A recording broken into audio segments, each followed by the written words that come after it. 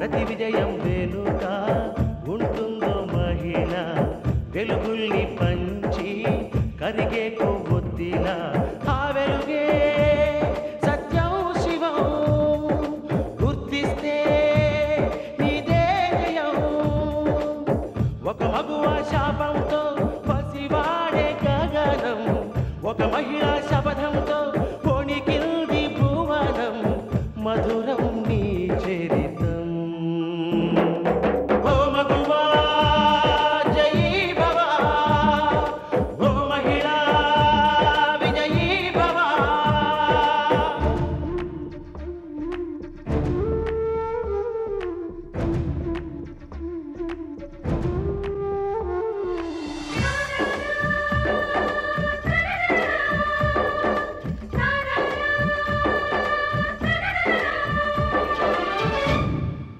ఒట్టి మాటతో ఒక్కనాటికి రాదు రాదు జయము చిత్తశుద్ధితో చెమట ఓడ్చితే అందదా విజయము పిడుగు రాలిన అడుగు ముందుకు వేయుటే ధైర్యము మనసు చూపిన మార్గ మొదలక సాగని పయనము అంతులేనిది నీ సహనము సాటి లేనిది నీ త్యాగము బతుకు బాటలో ఎన్ని వెతుకులాటలో మలుపు మలుపున ఎన్ని ఆటుపోటులో గెలుపే నీ ధ్యేయం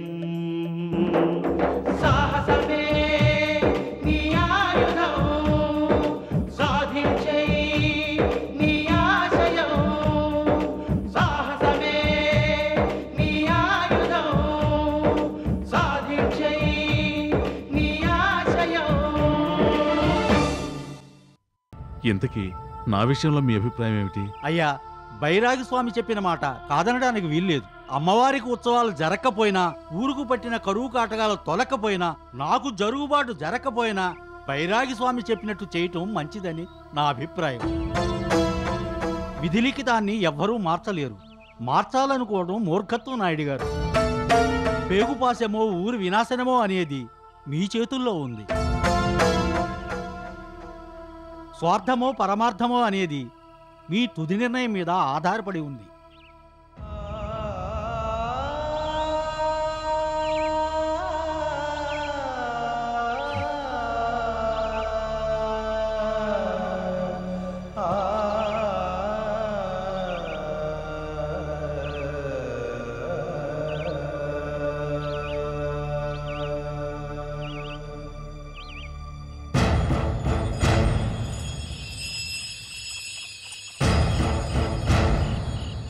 నీకు పుట్టిన ఆడపిల్ల ఈ ఊళ్ళో ఉండడానికి వీలు లేదు.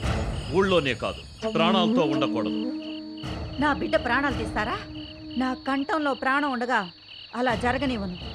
పేగుపాసెమో ఊరి వినాశనమో అనేది మీ చేతుల్లో ఉంది.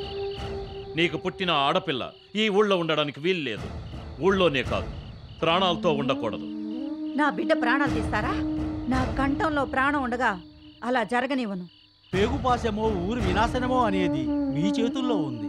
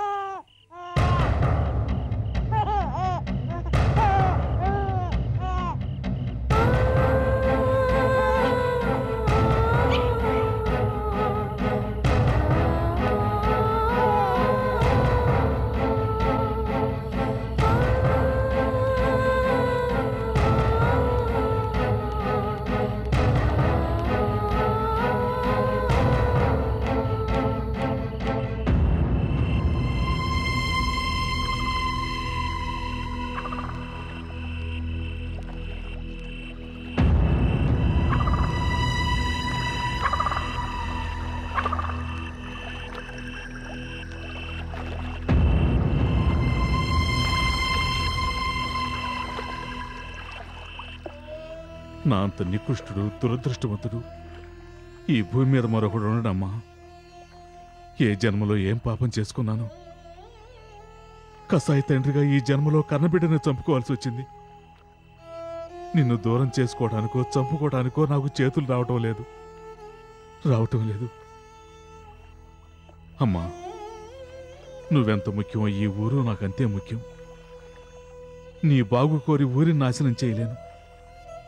నీ ఒక్కదాని గురించి కొన్ని వందల వేల ఊరి జనాల ఉసురు పోసుకోలేను. అందుకేనమ్మా, అందుకే నేను వదులుకుంటున్నాను.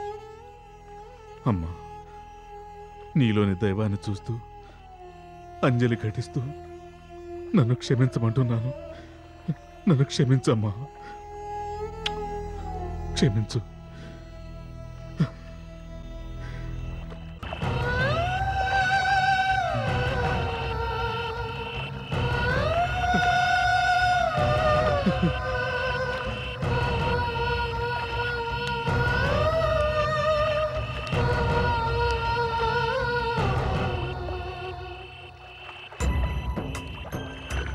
భగవంతునిచే సృష్టించబడిన ఈ పసిబిడ్డ ప్రాణాలు తీయాలని ప్రయత్నించాడు మానవుడు. అతని ప్రయత్నాన్ని విఫలం చేసి ఈ పసిబిడ్డ ప్రాణాన్ని కాపాడాడు ఆ సృష్టికర్త. ఎలా?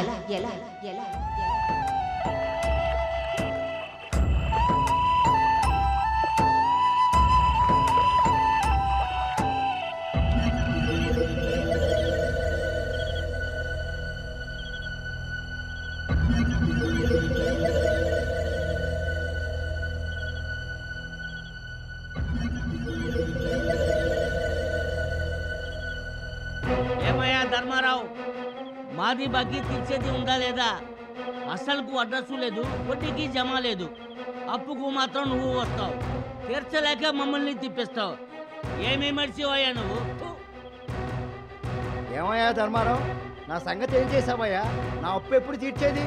ఎందుకయ్యా ఎదో బతుకు? చావకూడదు, చావకూడదు.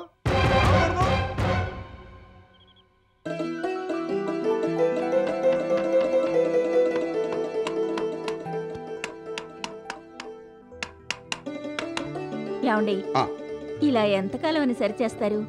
4 మేకులు కొని కొట్టొచ్చు కదండి. ఈ ఒక్కరోజే లేవోయ్, రేపటి నుంచి కొత్త కుర్చీ వస్తుంది. బాగా అలసిపోయాను, వెళ్ళి టీ తీసురా. ఏమండి, టీ పొడి అయిపోయిందండి. పోనీ కాస్త మజ్జిగ కూడా తీసురా. నిన్న పాలు లేక తోడు పెట్టలేదండి.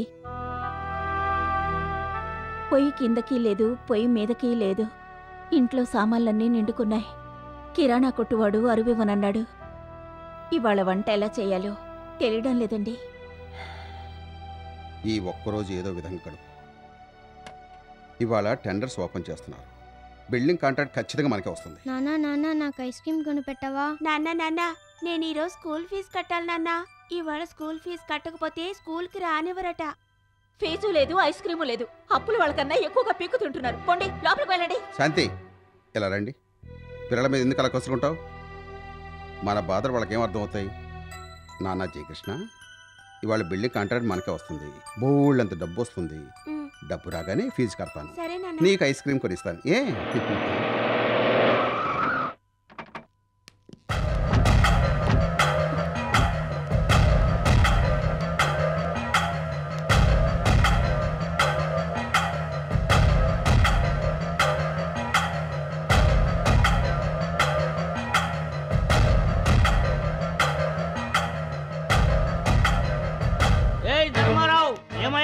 చేస్తున్నావు? పేరుకేమో ధర్మారావు, బుద్ధులకేమో అబద్ధాలరావు, అప్పులకేమో అప్పారావు.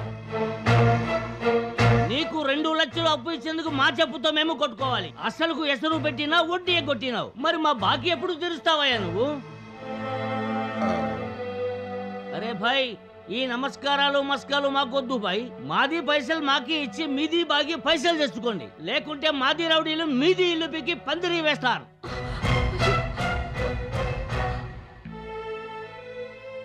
సేటు గారు, నాకు ఒకే ఒక గడువు ఇవ్వండి. గొడవ తప్పించి గడువు లేదు భాయ్. అలా కాదు, నేను ఎందుకు చెప్తున్నాను వినండి. ఆఖరి అవకాశం ఇవ్వండి. బిల్డింగ్ కాంట్రాక్ట్కు టెండర్ వేశాను.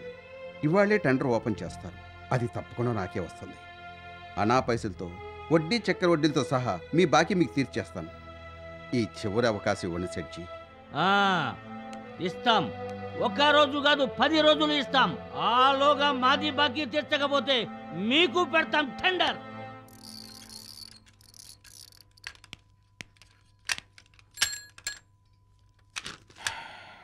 ధర్మారావు గారు ఏటండి అలా దూసుకెళ్ళిపోతున్నారా? 11 గంటలకి టెండర్ ఓపెన్ చేస్తారు కదయ్యా. తమరు ఇంకా ఏ కాలంలో ఉన్నారేటండి?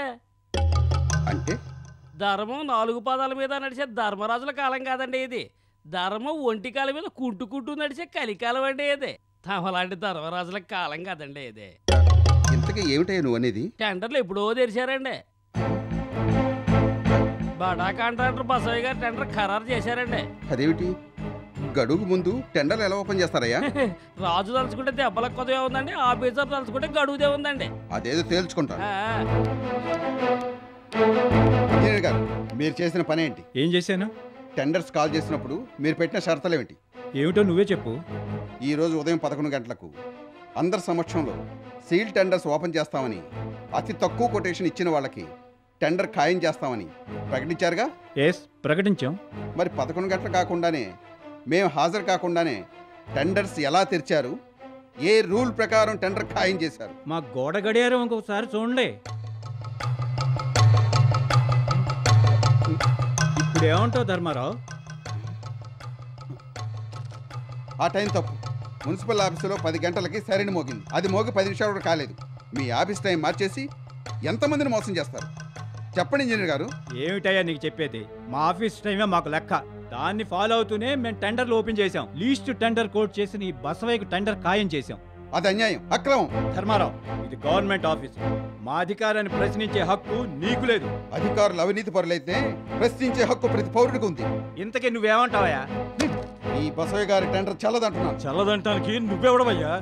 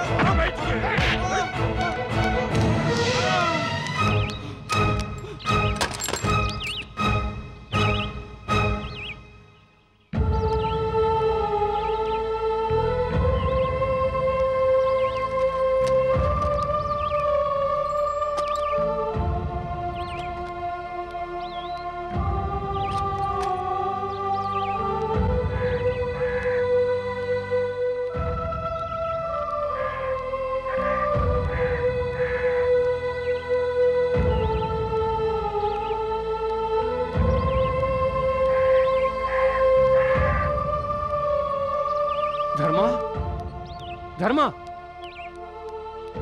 ధర్మా, ఆ చిరిగిపోయిన జుట్టేమిటి? ఆ రక్తం మరకలేంటి? ఈ నలిగిపోయిన బట్టలేమిటి? అసలు ఏం జరిగింది? ఈ వాలకం ఏంటి? టెండర్ విషయంలో గోల్మాల్ జరిగింది.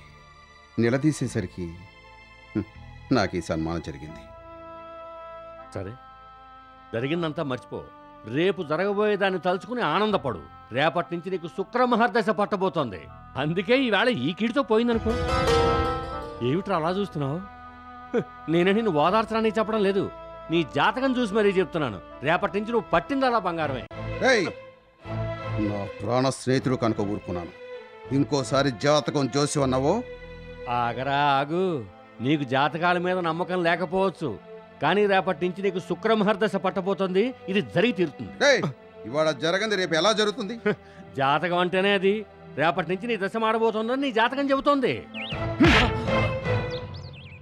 నీలాంటి జాతకాలు చెప్పేవాళ్ళు ఉండబట్టే వాటిని నమ్ముకొని చేసే పనిని కూడా చెయ్యకుండా చాలా మంది సోమరులుగా తయారవుతున్నారా. R&B ఇంజనీర్ లాంటి అవినీతి పనులు ఉండబట్టే నిజాయితీగా పనిచేసే నాలాంటి వాడికి న్యాయం జరగకుండా పోతుంది. ఇంకెప్పుడు జాతకం, రాశిఫలం, శుక్రుడు, శని, రాహు, కేతు అని నా దగ్గర చెప్పకు. నువ్వు ఒప్పుకోనంత మాత్రాన శాస్త్రం తప్పు కాదు. నీ జాతకాన్ని బట్టే నీ జీవితం. ఈవేళ నీకు జరిగిన పరాభవం కూడా నీ జాతక ప్రభావమే. రేపు నీకు పట్టబోయే యోగం కూడా నీ జాతక ప్రభావమే. నువ్వు జాతకాలను నమ్మకపోవచ్చు, నా మాటల్ని తేలిగ్గా కొట్టిపారేయచ్చు. కానీ రేపు తెల్లవారితే నీకే తెలుస్తుంది.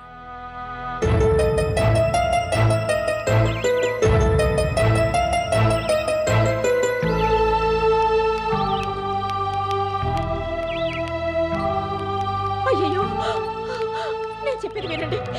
దయచేసి నేను చెప్పేది వినండి. రోజు ఇదో సమాధానం. ఈ ఒక్క రోజుకి ఆగండి. బిల్డింగ్ కాంట్రాక్ట్ రాబోతోంది. మీ బాకీ మొత్తం తీర్చేస్తాం. మాపలేదు మాపే. బాబు కృష్ణ, ఏడుపు. బాబు దెబ్బ ఏం తగిలింది? ఊరుకో బాబు.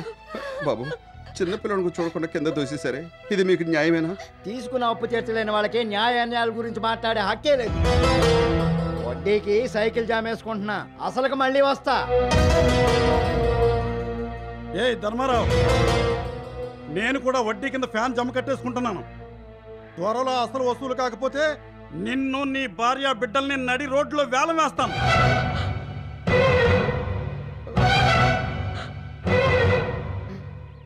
దొరికిన గాడికి అంత అప్పులు చేసేసి మమ్మల్ని చంపే బదులు నువ్వు చావడం మేలు. ఎందుకయ్యా ఎదవ బతుకు? చెయ్యి.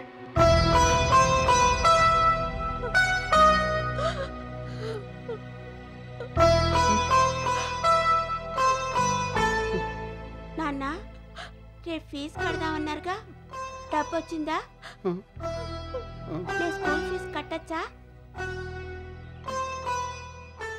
నాన్న నాకు ఐస్ క్రీమ్ కొనిస్తానన్నావు.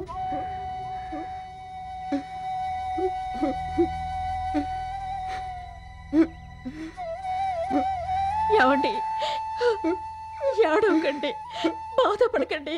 అయ్యో, ఏం జరిగిందండి? ఈ రక్తం ఏమిటండి? అయిపోయింది సంతి, అయిపోయింది. నా టెండర్ చేంజ్ అయిపోయింది. అయ్యో, నా టెండర్ పోవటంతో నా నమ్మకం పోయింది, నా బతికే పోయింది. ఏమండి, మా అన్నకు కూడా మంచి రోజులు వస్తాయండి. మీరు వస్తాయి. ఎప్పుడు? మనందరూ చచ్చాక? అయ్యో, ఏమిటండి మీరే ఇలాంటి ఇలా పడిపోతే ఎలా? కష్టే పని అంటూ నిజాయితీగా రాత్రింబౌళ్ళు శ్రమించాను. శ్రమకు తగ్గ ఫలితం లేదు, బతకడానికి ఆధారం లేదు. నా పేదరికమే నన్ను వెక్కిరిస్తుంది. అప్పులోళ్ళు అన్నట్టుగా నేను చావడం మంచిది. అయ్యో, ఏమిటండి ఎందుకు ఇలా మాట్లాడుతున్నారు?